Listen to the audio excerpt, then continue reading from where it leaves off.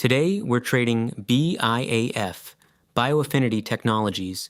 No fresh news, only up 16% pre-market, low volume, low liquidity, and already extended on both the 1 and 5-minute charts.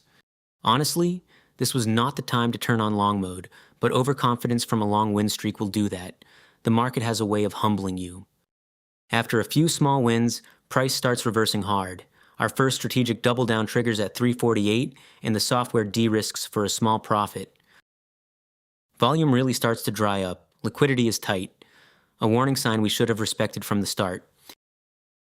As volume finally starts to pick back up, price starts to make a run at new highs. But unfortunately, I forgot we were approaching 8 a.m., which is the time that brokers publish delayed prints, which are past orders that finally hit the tape. It makes the chart look like there are wild price swings, but it's not real. I usually make sure to close open positions before 8 a.m. for this exact reason. But I didn't do that today, another mistake to add to the list. The good news, it actually results in a decent base hit win. We'll take it for now. Price starts breaking down for real now. We double down at 346, bringing our cost basis lower, but the sell pressure is just too heavy. We aren't able to de-risk around break-even, so our intelligent stop-loss kicks in, ready to cut losses if price breaks down to 336.